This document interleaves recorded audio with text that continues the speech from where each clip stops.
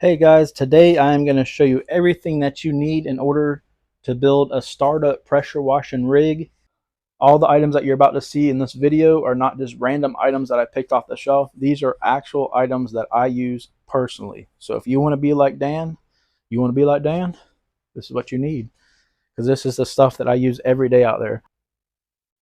All right, the first thing you're going to need is a pressure washer. What I got here is a homemade pressure washer here that I built. This is a 4 gallon per minute pressure washer with a 420cc electric start motor. And this baby here costs less than you can get any 4 gallon per minute at Home Depot, Lowe's, Harbor Freight, Amazon. I don't care where you shop, and you won't find one with electric start. This is the cheapest build. Here's the price right up there in the corner. So if you're interested in this build here, I also have a video that I will link. It's on my channel. Just look for 4 gallon per minute pressure washer build and find that video, and you can build one too. But if this isn't a pressure washer for you, maybe you want to start off with a 2.5 gallon per minute. There's nothing wrong with that. It's just going to take you a little bit longer to do the jobs, but it is 100% doable. So don't let people tell you you can't do it with a 2.5. You can. So I'm going to base this video more on 4 gallon per minute because that's like what we want to shoot for. That's the best pressure washer you can get starting out. Home Depot, Lowe's, they sell 4 gallon per minute pressure washers. Harbor Freight sells a really nice Predator 4 gallon per minute pressure washer that I can tell you firsthand. It was a very good pressure washer. You can go on Amazon and they got some really nice Simpson pressure washers. I have multiple buddies that run the Simpson pressure washers. All right, the next thing you're going to need is hoses, which are a must. Like, you can't do your job without hoses. Not so much hose reels. We can get away without these hose reels. Don't get me wrong, they look great. I love my hose reels. I wouldn't go without them just because it makes life easier. But if I was just starting out and I didn't have the money for them, you can go old school and roll them up just like that in the back. You know, it might take you an extra 10 minutes per job, you know, to set them out. This is a 3/8 inch hose here. This is a non-marking hose. That means when you drag this across somebody's driveway, it's not going to leave a mark on it. This is 4,200 PSI hose. This is 100 foot here, and I would definitely recommend getting 200 feet of hose. Inside of here is a little O-ring, okay, and they do go bad, and you'll see them leaking, and that's where these O-rings come in. They're only a couple bucks.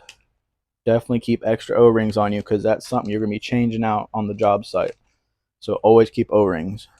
This hose reel here, this is like $100 hose reel, and it got me through for the first couple years. You can see it's starting to get rusted, and chlorine will destroy equipment, so it's very important to keep your equipment maintained and washed off. This hose reel here, it's got a nice lock on it. I do like the locking mechanism. You know, the hose reel locks good, and it does come with a whip line. So if you're just starting out, this is a good option.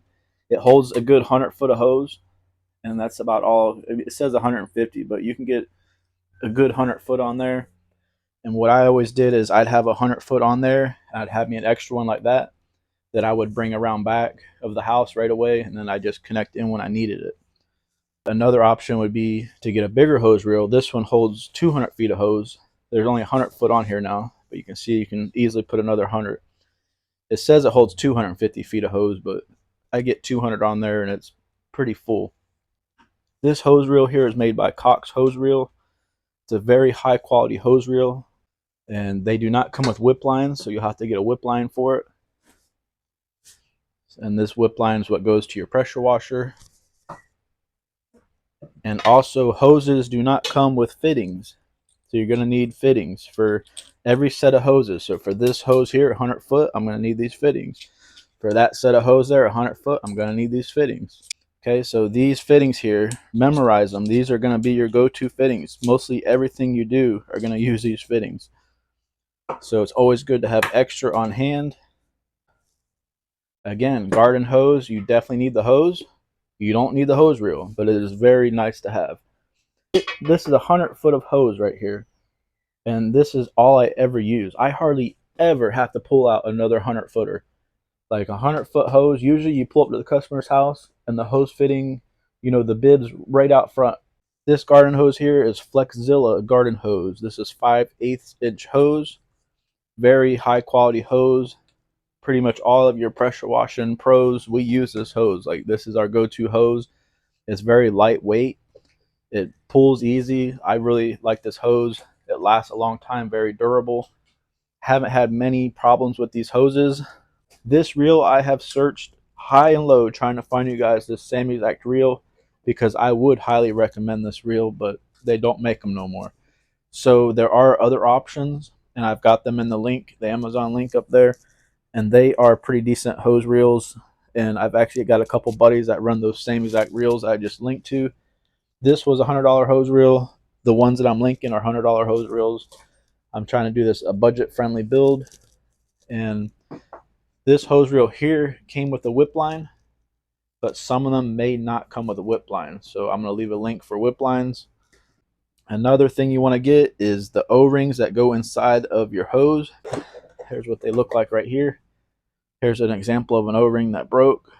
So you can buy these. Every single female hose fitting is going to have an O-ring inside of them.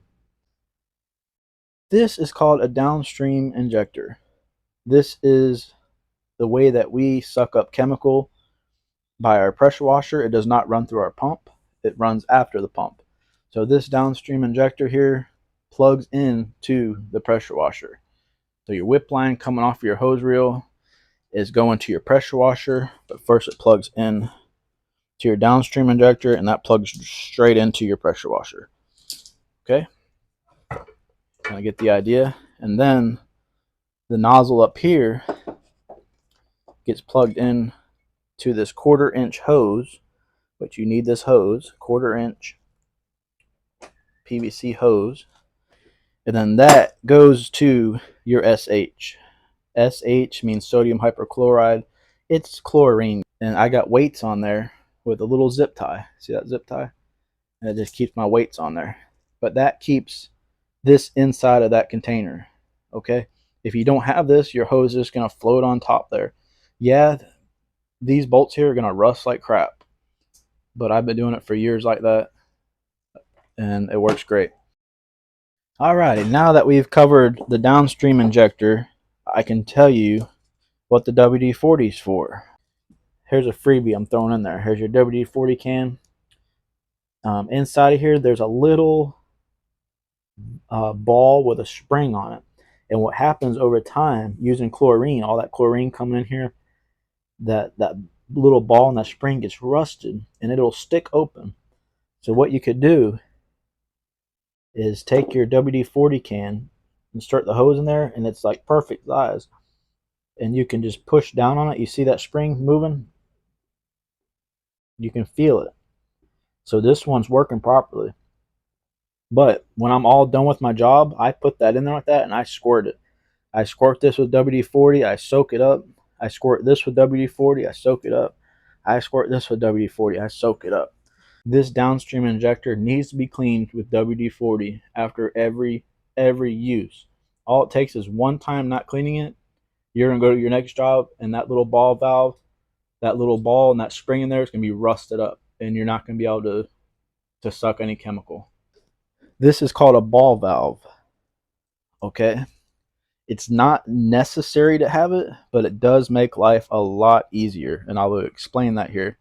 So a ball valve, you're going to need your same fittings again. Like I said, you better order a lot of those fittings because they use them on everything. But your ball valve here is what hooks up to the end of your hose. Okay? And then that can hook up to your wand, and you can control it on and off. So you can shut the water off and on from right here. You don't have to go shut the machine off. Otherwise, there's so much pressure under here, you can't take that off. You know, you can't just switch out attachments. But with this ball valve here, you can shut the water off, and then you can switch out your attachments. So if you're going from a wand, you can unhook it, boom, plug it right into your surface cleaner. Ball valve makes life a lot easier. You can also use it to rinse. You can just use it plain with nothing on it and just open it up and just high pressure water. You know, you can use it to rinse off driveways, walkways. Highly recommend a ball valve. Let's just move right on over to the surface cleaner. There's a bunch of different options out there. You can get them with casters. You can get them without casters. I like the casters myself. It just makes it easier to push along. It makes my job a lot easier. I'm not straining so much with it. Like, I love the casters. This is a 20-inch BE. You can use a 20-inch with a 4 gallon per minute, but you just have to walk a little bit slower. Make sure you have the right tips in there. Again, all that will be on different videos if you're looking for how to properly set up your surface cleaner with the right tips. There's videos for that out there. This BE surface cleaner is twice as much as that surface cleaner, which does the same exact thing. This surface cleaner here is made by Wojet, and let me just say, whoa, this is half the price. This is only an 18-inch surface cleaner, but it does a really good job. It's recommended for every 1 gallon a minute to get 4 inches of surface cleaner. So for example, if I had a 4 gallon per minute, 4 times 4 is 16. So it would be recommended to get a 16-inch surface cleaner. This is an 18. It does great on it. It does a good job. This is my favorite tip. This is the M5 twist. This is my #1 go-to. I use this on every job. It's adjustable, so you can go from a fan. You can have it open for a fan, and then it goes to a straight shot, you know, a shooter. It's soft pressure. It's more soft wash base. It's not high pressure. And this is my favorite attachment. This is called a J-Rod. You can get these J-Rods with different tips on them and stuff. This one is a 4 gallon per minute J-Rod, and that's the one I'm going to leave in the link. If you need different sizes, I believe they make a 6 to 8 gallon per minute J-Rod that comes with the tips you need. Let's say I'm on a 1-story building, a 1-story house, okay? If I need a 1-story soap tip, I'd plug in right there. When it comes time to rinse, I'd plug in right there. That'd be my rinse tip. Let's say I'm on a 2-story and I need to soap it. Okay, flip it around. 2-story soaper, 2-story rinser. Okay, so you can see the openings here. That's a 2-story soap tip. See the big opening? That's a 2-story rinser. That's going to shoot far. That's going to be a shooter tip right there. Same thing with the 1-story. So that's a 1-story soaper. That's a 1-story rinser. That's how a J-Rod works. So in my pocket, I have me a J-Rod, and I have me my DC twist. These are in my pocket at all times. That's what I use every day. Also, you have your turbo nozzle. A lot of you guys like the turbo nozzle, so I'd recommend get one, keep it in your box. There are times that I use this. It's good to have.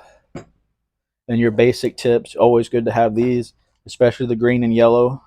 I definitely use a lot of them. Guns, as far as if you like a long handle, always have a long handle. Me, I use this little shorty most of the time. Like, I like the little shorty, especially for house washing. But now if I'm getting down low on something, let's say I'm trying to edge up some concrete or some steps that are up close where I can't get my surface cleaner, instead of leaning down real low with that little short gun, you know, it's nice, saves your back, you know, to have a longer gun. You need a little more reach, you know. If you don't have a soft wash system, you definitely need a pump up sprayer. A soft wash system can cost between $500 and $1,000. So pump up sprayer is definitely a cheaper option. What would you ever use a pump up sprayer for? Well, let's say you're at a house and there's a spot of mold on the back that, you know, the downstream injector, you've done downstream chemical on it, you let it sit, it still ain't coming off. Remember, this puts out about 1% chemical mix. That's about as high as you can get. Sometimes maybe 1.2, 1.3%. You're not getting much. You're getting enough to wash a house. Like, it does good. It does awesome. Don't get me wrong. But every once in a while, there's some tough stains that need a little more oomph to it. A pump up sprayer you can take and fill half with chlorine and half with water and get a good 5 to 6% mix going on. And that's a hot mix. And that will absolutely just destroy algae growth, mold growth, any kind of organic growth. Now, let's say you got rust stains from sprinklers on the side of the house. That happens a lot. You'll see the whole side of the house just looks all rusty and stuff. It happens on sidewalks from irrigation. You can fill this up with some Rust Aid. There's different chemicals out there you can choose. The pump sprayer makes it to where you can mix a higher chemical ratio. Go out and get you one of these poles here. This is a 24-foot pole, and it extends out 24 foot. And I just got a nice little brush on the end. I've been using this for years. I've seen some of you guys out there, you got this big extension pole, high pressure extension pole thing. If you want to use that, go ahead. If you want to order that, that's totally up to you guys. Me personally, I will never ever use one of those ever again. That is a back-breaking piece of equipment. Throw that thing in the garbage. If there's a spot up high that I can't reach, instead of getting out that high pressure pole, I just get this thing out and just give a little scrub, man. Don't be afraid to do a little bit of manual labor, man. Get out there and scrub a little bit. You got a spot up high that ain't coming off. You got some gutters that need a little scrubbing.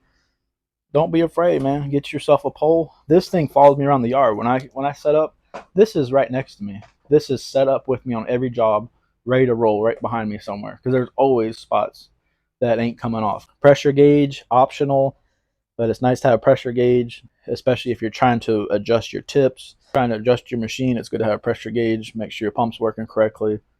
I think I've pretty much covered everything in this video, so I hope this is going to help you out. All these links are in the description. I do get a very small commission off of it if you order through my link, so I do appreciate it. Make sure you guys are subscribing to this channel, because I will be putting out a lot of videos on everything you need to know about pressure washing business.